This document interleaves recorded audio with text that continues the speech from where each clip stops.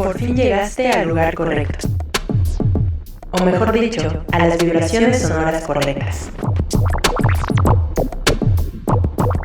Has llegado a descargacultura.unam.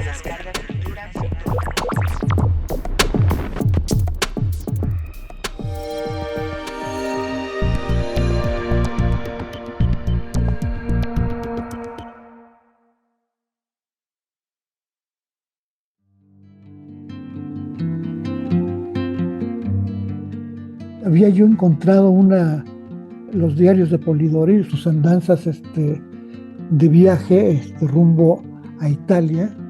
La circunstancia en la villa de Odati crea realmente lo que viene a ser la génesis de Frankenstein, el contar los primeros cuentos de vampiro en una competencia muy generosa.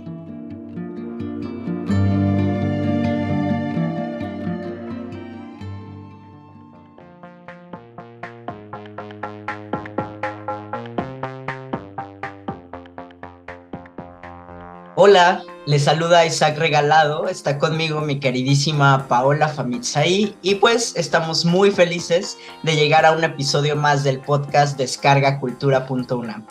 Si es la primera vez que llegas aquí, te recomendamos que te eches un clavado a los episodios anteriores. Este podcast es un empujoncito, un preámbulo para abrirte el apetito y que te vayas directamente a disfrutar todo lo que hay en el sitio descargacultura.unam.mx.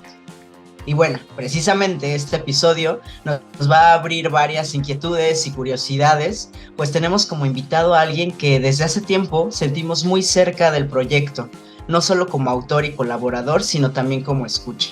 Me refiero al escritor, traductor, editor y gran divulgador y amante de la escritura y la lectura, Bernardo Ruiz. Creador inquieto, afanoso y explorador, Bernardo Ruiz ha estado al frente de la edición de diversas publicaciones y ha escrito libros de cuento, novela, poesía, ensayo y teatro.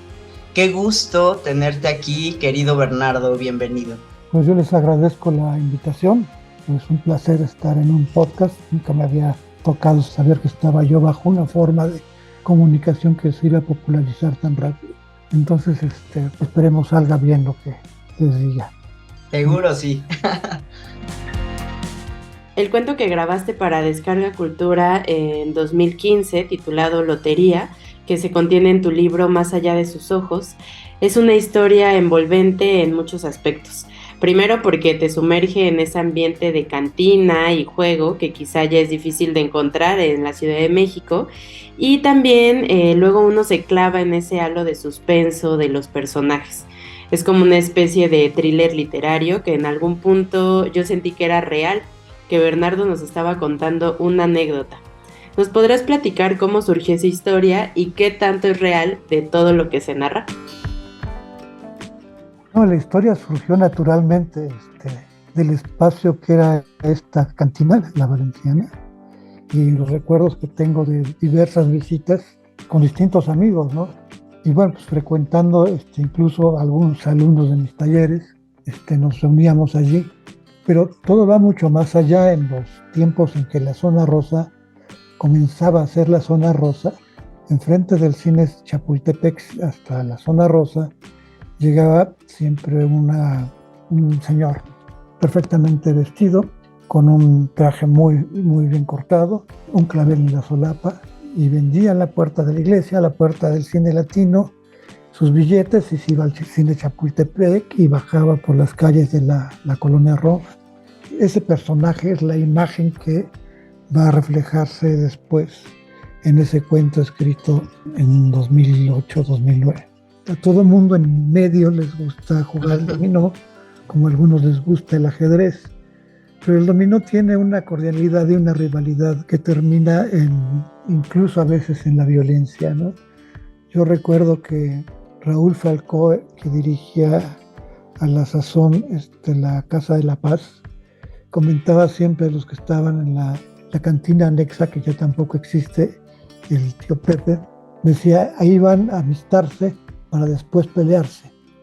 Y creo que todos esos elementos sueltos fueron conciliándose para contar la historia de un joven que está ahí con sus amigos de la oficina, cuenta su biografía, como cuenta las cosas raras que ocurren en esa cantina y los visitantes que van llegando y los sucesos extraños que van a sucederse a través de ella, ¿no?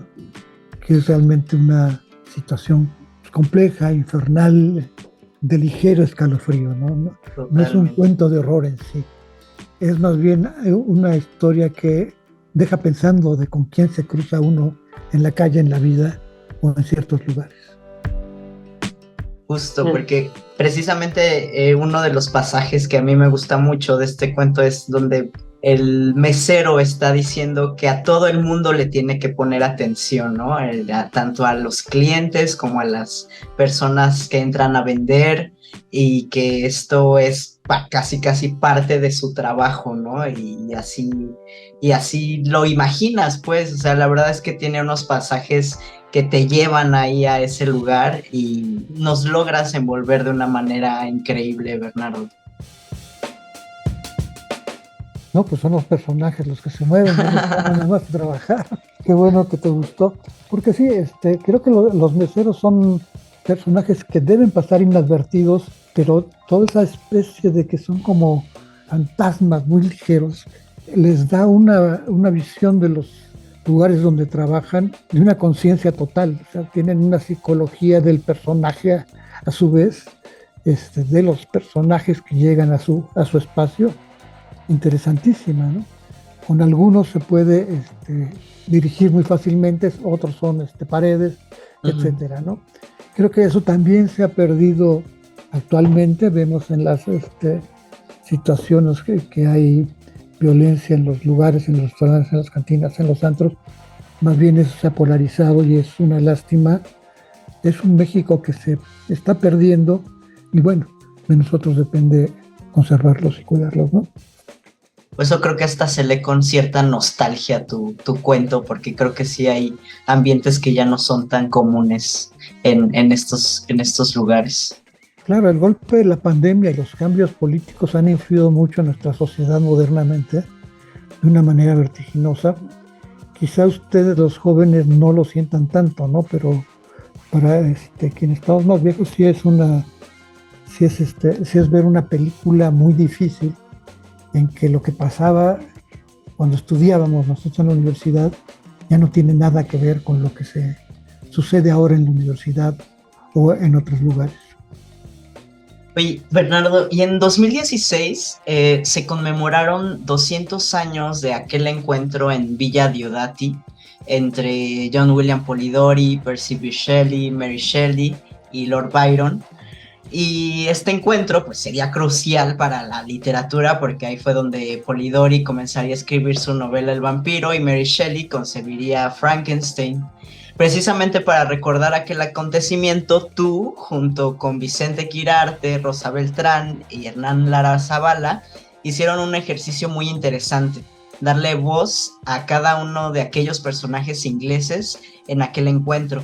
Cuéntanos cómo fue que tú te preparaste para personificar y encontrar las palabras que diría el médico Polidori en aquella villa.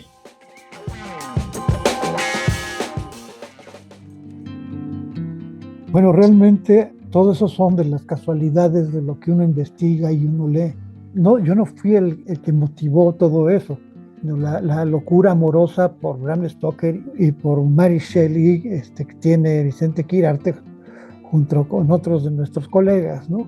Y en particular pues fue muy agradable el que decidieran hacer algo en torno a esta visita a la casa en Génova y estar en la villa Diodati, ¿no? Porque esas pocas noches en la villa que pasó Polidori, a mí me llamaban la atención toda su visión de su curiosidad por el suicidio, por ejemplo, su trabajo con almendras amargas, con cianuro, eran obsesiones que va registrando en sus diarios. Se puede conseguir el diario en el sitio de Gutenberg. Y bueno, como cada uno de nosotros se dedicó a trabajar un texto, entonces pues, fue muy cómodo ya que Vicente Quirarte, que Hernán Lara Zavala, todos fueran encontrando un marco junto con esta Rosa Beltrán para sacar la obra, ¿no? Y estábamos bien dirigidos, todos de muy buen humor, y se nos fue ocurriendo sacar cierto histrionismo que siempre puede uno tener escondido.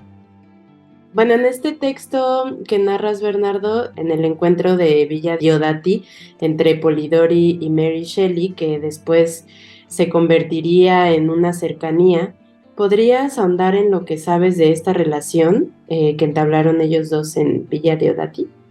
No hubo nada romántico, era una relación escritural. Sí.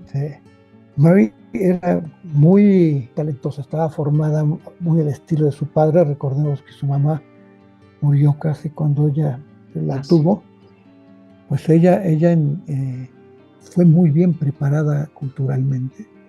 Polidori no era tan minucioso, no hay muchos detalles en su biografía respecto a ello, sino su interés por la ciencia, por los descubrimientos.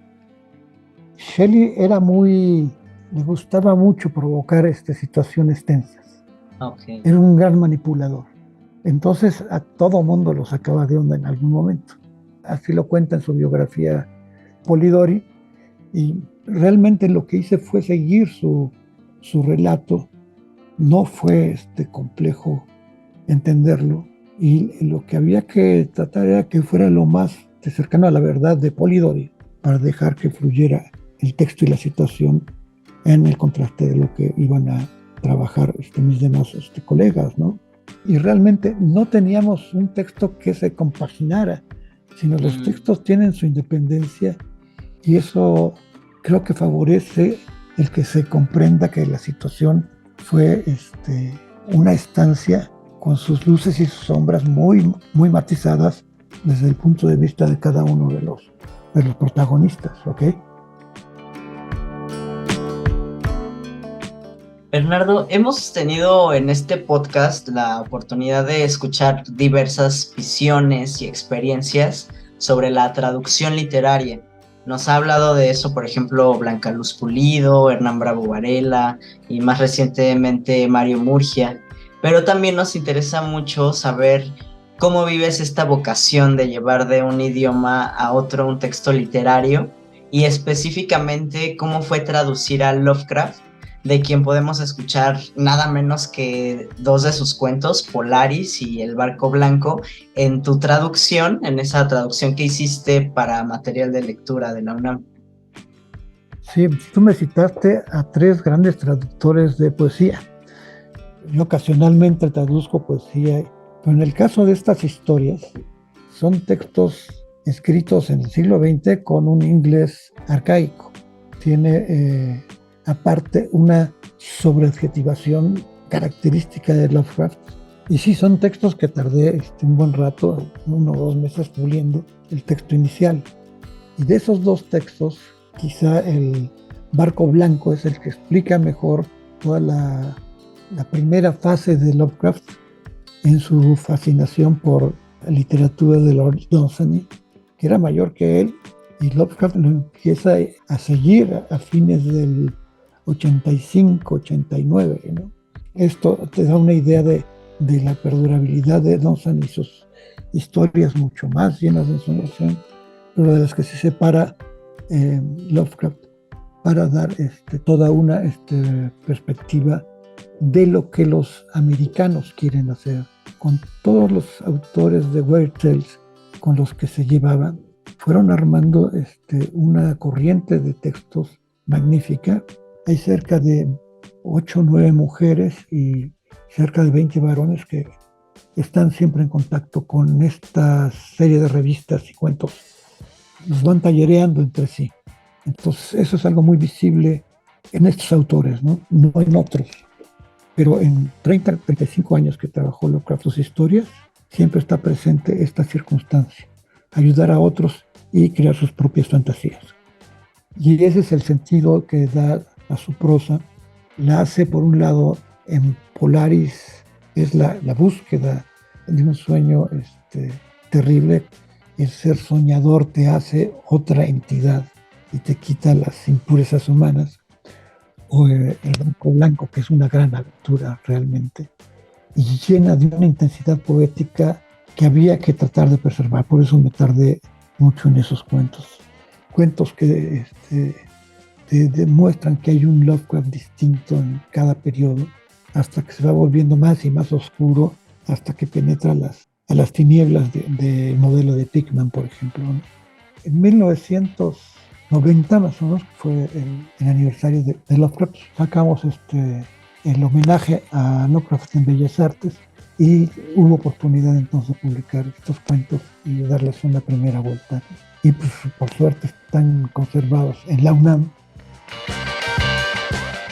Y bueno, también sabemos que has sido escucha de descargacultura.unam, y siendo así, pues nos interesa saber qué experiencia deja en ti el escuchar literatura y si la consideras tal cual una forma de lectura. Es una forma de lectura. Cualquier medio de transmisión puede ser útil y bueno o agradable, ¿verdad? Si estás cocinando, está padrísimo oír cuentitos. No le pierdes el hilo por la naturaleza propia del cuento, ¿sí? Y la pasas muy bien, ¿no? Y comes rico. Antes, cuando iba a la oficina, pues era un largo trayecto. Entonces me regalaron una versión del Quijote grabada. Entonces me echaba 5 o 6 capítulos todas las mañanas para ir a la oficina. Y pues llegas de buen humor, no regañas a nadie, todos van las buenas días, etc. Eso es muy cómodo. Y también pues sentarte en silencio a leer y ya, sin dar lata, ¿no? No, y bueno, por ejemplo, con los ebooks, la capacidad de almacenaje te ahorra los metros de librero, ¿no? Que es carísimo y es peligrosísimo por el peso. Ahí todo tiene sus pros y sus contras. Hay ebooks hechos con una perfección espléndida. Hay otros que pues, la libran, pero pues el cuidado original de una edición se traduce para cada uno de estos modelos de grabación, ¿no?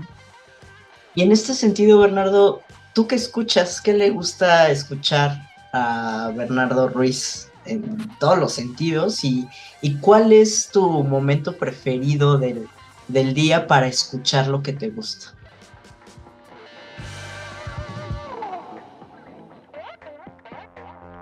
Soy muy atascado, entonces viene de antojo realmente, ¿no? Ahorita que empezaron a publicar en Descarga Cultural filosofía, dije, qué bien, esto da un grado más de ventaja a un lector. Escuchar, no tanto, o sea, leo 4 o 5 periódicos diarios, sí estoy al tanto de música, tengo amigos músicos, me gusta la ópera, me gusta la música medieval, me gusta la música clásica. El goce de la plástica, el goce de lo musical es fascinante, ¿no? Y Bernardo, bueno, para ir cerrando esta charla, que agradecemos mucho que estés aquí compartiéndonos todas estas anécdotas y todo este conocimiento que has ido generando a lo largo de tu trayectoria también, nos gustaría saber si puedes recomendarnos a nosotros y a quienes nos escuchan algunos de tus títulos favoritos de descargacultura.unam. ¿Sabes quién tiene una voz que me encanta para leer? Juan Stack. Entonces lo sigo a él.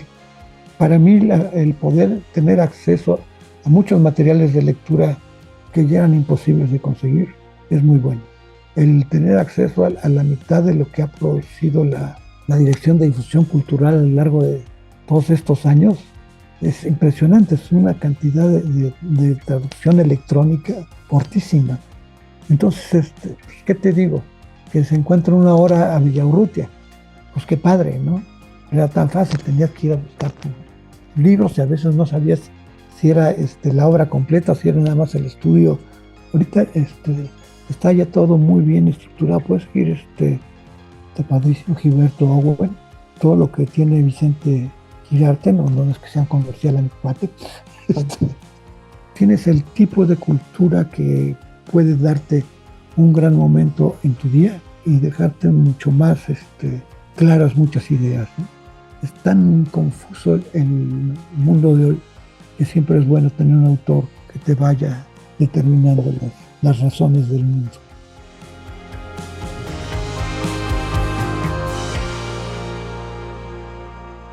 Buenísimo, Bernardo. Muchísimas, muchísimas gracias. De hecho, creo que con esto que nos compartes, pues es un gran cierre para ahora pasar e invitar a quienes nos escuchan a disfrutar del cuento que grabaste de Lotería, va a ser la siguiente parte de este episodio. Te agradecemos muchísimo tu presencia, tu generosidad para compartirnos todo lo que nos has comentado, todo lo que nos has narrado y pues de verdad es un gran gusto poder escucharte.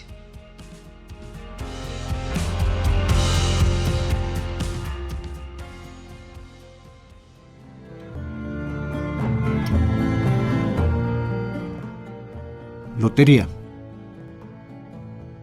Bernardo Ruiz.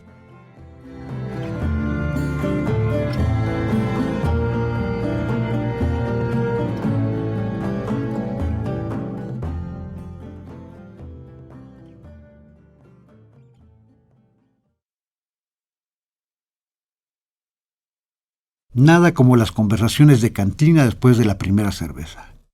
Las recuerdo con más orgullo que las enseñanzas del servicio militar o las lecciones de psicología de la preparatoria, que fueron ilustrativas para entender un país de locos como el nuestro. No todas, es evidente, tienen sustancia o consecuencia. Sin embargo, muchas abordan temas que permiten ampliar la visión del mundo. Gusto en particular aquellas más allá de los comentarios acerca de los programas de televisión o de los deportes y la política, cuando se abre intempestivamente un diálogo hacia situaciones íntimas o anécdotas donde concurren la magia y el misterio junto con las experiencias de la pasión humana. Cuestiones que abren nuestros ojos a mundos y circunstancias insospechados, de otra manera inaccesibles. Hace unos meses, Alfredito, mi mesero de costumbre, se apuntó como voluntario para completar el cuarto jugador en mi mesa de dominó. Mientras sucedían los turnos, describió un martes algo lejano, cuando le llamó la atención la presencia de un peculiar vendedor de lotería que le ofreció un número a un parroquiano.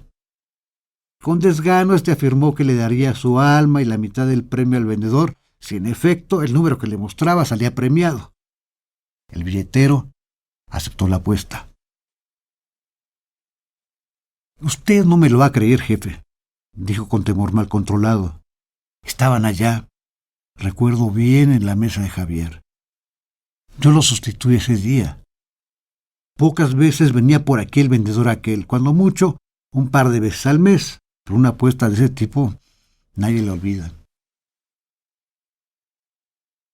Así, mientras los 5 sucedían a los unos y los 6 se iban quedando entre los rivales, y yo esperaba cualquier 2 para cerrar el juego, me fui enterando de una historia extraordinaria, capaz de estremecer incluso a un escéptico como yo. Nunca fui un buen alumno, ni un buen empleado, ni un ejemplar marido. Me gustó, he gozado a lo largo de mis 42 años de vida, una crepuscular mediocridad en la que navego rodeado de tibios placeres que me reconfortan. Uno de ellos es el dominó. Otro, escuchar estas conversaciones acompañadas por el ritmo que impone el juego entre el sabor de un trago de cerveza oscura y los rostros ansiosos de los competidores. Vivo solo, en un departamento de 2 recámaras en el último piso de un condominio en la calle de Minería. El mobiliario, algunos libros y algunos discos son mi única propiedad, junto con una vieja laptop de segunda mano que uso solo para terminar algún trabajo urgente. No soy de los que acostumbran quedarse en las oficinas a deshoras, y mi rutina posee escasas variantes. Encargo a la portera el servicio, la lavandería y la tintorería, y mi único lujo son algunos canales de la televisión por cable. 2 semanas después de aquella escena, continuó Alfredito, regresó el comprador del billete. Era otro, ciertamente el mismo, pero estaba como cambiado. Vestía y calzaba con elegancia impecables, miraba a todos con notoria condescendencia, con superioridad de potentado, y se comportaba como si le sobrara el dinero. Unas propinas espléndidas me hizo notar Javier, su mesero. Pero del vendedor por quien preguntó, ni noticia. No se había aparecido en todos esos días. ¿Lo reconocerías si regresa?, interrogó a Javier el parroquiano. Seguro, jefe, fue la firme respuesta. En esta chamba necesitas fijarte en los vendedores, en los músicos, en los limosneros, como en los clientes, con el debido respeto. Hay que observar a cada uno. No vaya a ser que luego resulten informantes de alguna de las bandas de los alrededores o anden tras uno de los clientes y los secuestren y atraquen o nos hagan algo a nosotros. Por eso recordaba con toda claridad a uno y a otro. Al señor Gustavo Benavides, el que me dio su tarjeta para el billetero, y al billetero, un chaparrito japonesado de mirada furtiva y sonrisa hipócrita, resentida. Güemes y el pelón Andrade se pusieron a batir las fichas, mientras yo apuntaba los 24 puntos que les habíamos arrebatado Alfredito y yo. Tal vez para muchos de mis viejos camaradas de La Certeza, compañía de seguros, yo sea un fracasado o el perdedor del piso de los archivos. Como para mis jefes soy o seré el sustituible o jubilable Ramón Hernández, el gordo Ramón. Ahí, en el viejo cacalón del cuarto piso, que tuvo una vez docenas de gavetas, y hoy se compone apenas una pequeña red de computadoras, de las cuales controlo una. O tal vez ni siquiera tengo tal estatus laboral en sus recuerdos, y soy tan anónimo como cualquier rostro del metro a la 1 de la tarde. No importa, mi orgullo está lejos de esas fronteras, próximo a la sombra del viejo edificio de la Secretaría de Comunicaciones y Transportes, más allá del Sambors del Eje 4 Sur y su bar de encorbatados y secretarias que parodian cierto aliño. A unos pasos delante, en la Valenciana, una cantina que ha sobrevivido los sismos, las crisis económicas, los embates del milenio y el acomodo globalizador del nuevo siglo, está mi verdadero imperio. Tras las puertas de la cantina soy el jefe don Ramón, un cliente habitual, y frente a la barrera de las 7 fichas de salida del dominó, un príncipe, un semidios, un Héctor o un Aquiles, y el dueño de mi destino. Soy todo lo que quiero ser y lo disfruto a cada golpe de ficha, como si se tratara de un marino que con cada golpe de timón se acerca a puerto seguro. Porque eso es el dominó, la travesía de un mar proceloso. El juego tiene una relación con la vida, con sus retos y obstáculos, sus ardides y traiciones, sus ritmos vertiginosos y pesados, y en particular una estrecha alianza con el triunfo y el fracaso. Asuntos que no merecen detallarse a quienes han estado ante una mesa de madera y formaica o metal con las 28 tabletas de hueso. Me dejó su tarjeta con un billete de 100 pesos. Javier, que ahora sí lo atendió, había recibido el doble. Cuando alguien vuelve y escoge la misma mesa, siempre como usted está, significa que ya se encariñó con el lugar. Vi la tarjeta con curiosidad. Nada más tenía su nombre, Gustavo Benavides, su teléfono y una dirección en San Borja, aquí adelantito. Ningún puesto, ninguna profesión. Y al reverso a mano el recado. Siempre cumplo con mi palabra. Escrito con letra redondita. Sabía yo cuál era su palabra, la promesa. Y él sabía que yo sabía, porque me dijo, si ves al cuate de los billetes, dile que estoy a sus órdenes y que por aquí me daré mis vueltas algún viernes o algún martes. Notorios discursos se han hecho en torno a las damas o el ajedrez. Opciones interesantes para los individualistas, donde sin duda sobresalen los análisis de situaciones provocadas por los respectivos antagonistas. Pero sus territorios y perspectivas son diferentes al dominó. Carecen, por ejemplo, de la intervención del azar o de la posible distracción o traición forzada o inducida por un compañero o de sus ventajas. E incluso están desposeídos de las variantes que implica el orden de los jugadores alrededor de la mesa, factores que en el dominó tienen una necesaria trascendencia. De nuevo el juego comenzaba a cobrar ritmo. Me quedé con 5 cincos y la mula de unos, tras salir con la 1-3. Todo un Clausewitz, Alfredito seguía su relato sin aparentar interés por el juego. Pensé esa noche que el billetero aparecería de manera automática al día siguiente o al tercer día, como si la tarjeta fuera una carnada. Pero mi cálculo fue inexacto. Pasaron 5 o 6 semanas más y algunas visitas de Benavides y nada. Él me miraba interrogante al llegar y yo en silencio solo negaba con la cabeza. Ningún otro comentario. Pero para no perder o olvidar la dichosa tarjeta, la guardé en mi locker, allá atrás donde aún la tengo. Paso. El licenciado pasa, se refirió a Güemes, que es contador y no licenciado. Y usted se va, don Ramón. Bien jugado, compañero. Le sacó 14 puntos. 9 más si están fríos. Eran las 10 y la valenciana estaba casi vacía. El sabor de las sucesivas victorias me había puesto de buen humor y decidí pedir un Torres mientras dejaba abrir a Alfredito el siguiente juego.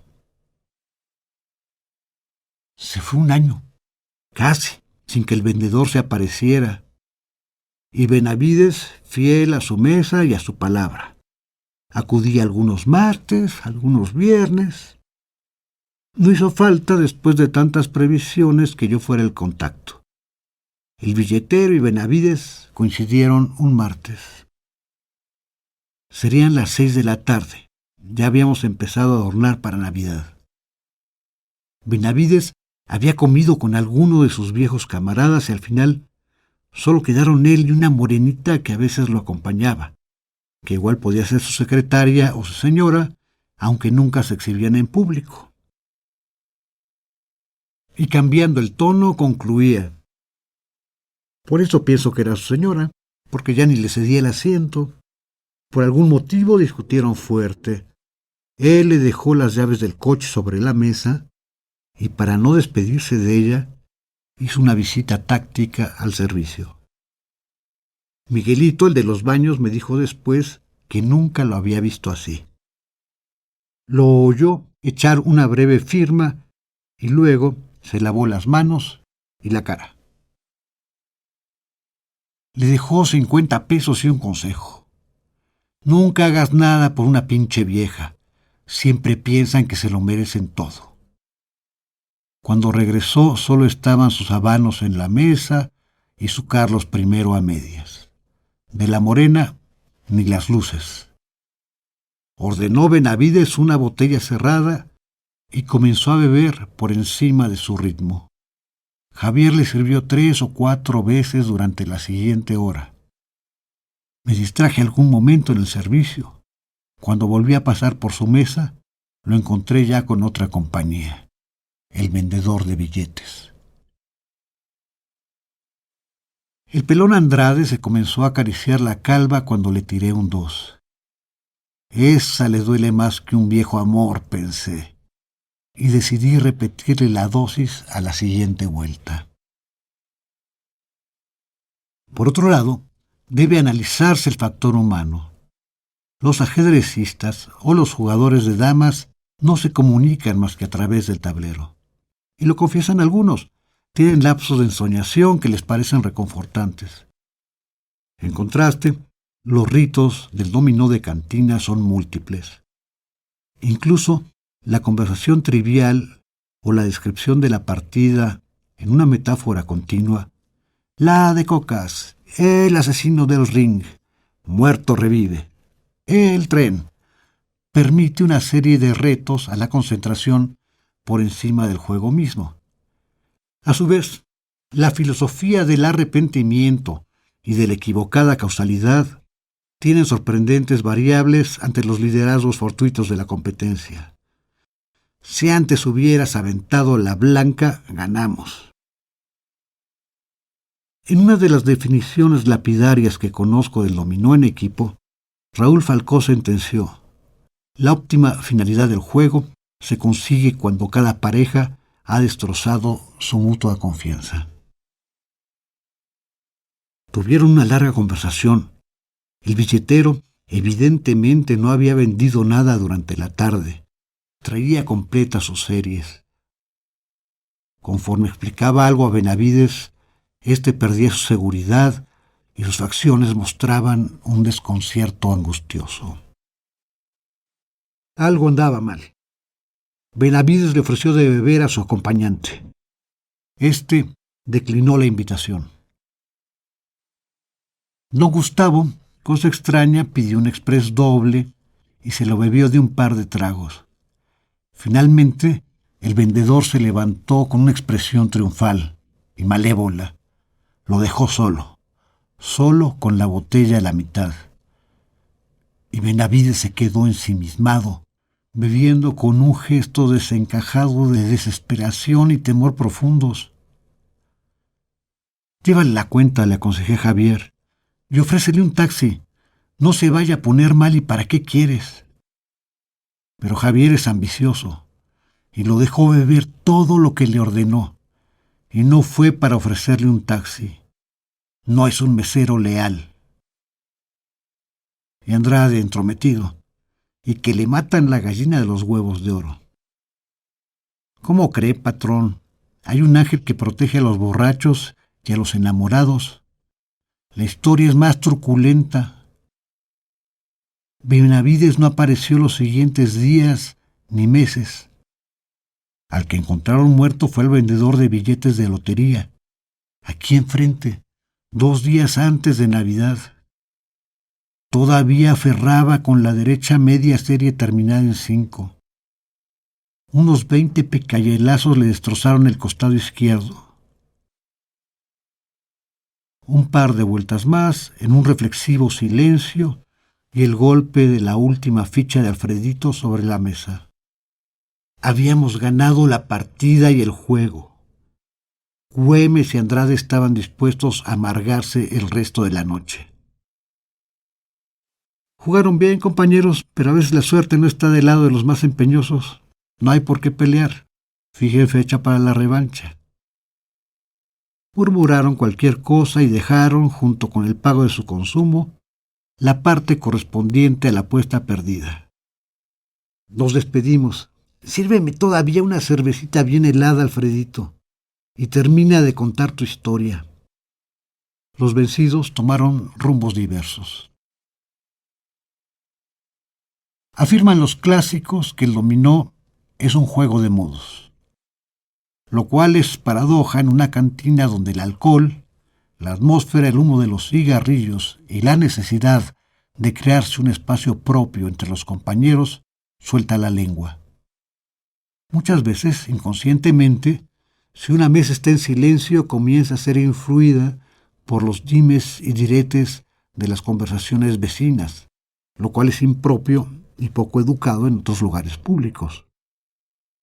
De alguna forma, cada mesa reclama su individualidad y particularidades, sea por los chistes, la concentración respecto al escenario sobre la plataforma, el tipo de bebidas que se consumen o incluso por el tono y volumen de voz de los presentes. El resto de la historia no tiene para mí explicación, licenciado. Desde entonces quedó salada la mesa de Javier.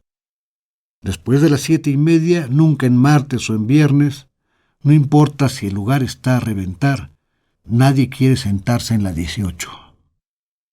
Puede ser casualidad o malfario, pero esa mesa era de las cotizadas y desde hace 1 año y medio perdió su suerte. Así, sin excepción. Eso es lo que asusta a don Ramón. Hace un par de días la ocupó una pareja. ¿Este martes? Sí. Javier se negó a atenderla y ayer lo liquidó el dueño. Yo tuve que hacer el paro antenoche. ¿Benavides volvió para ajustar cuentas o qué?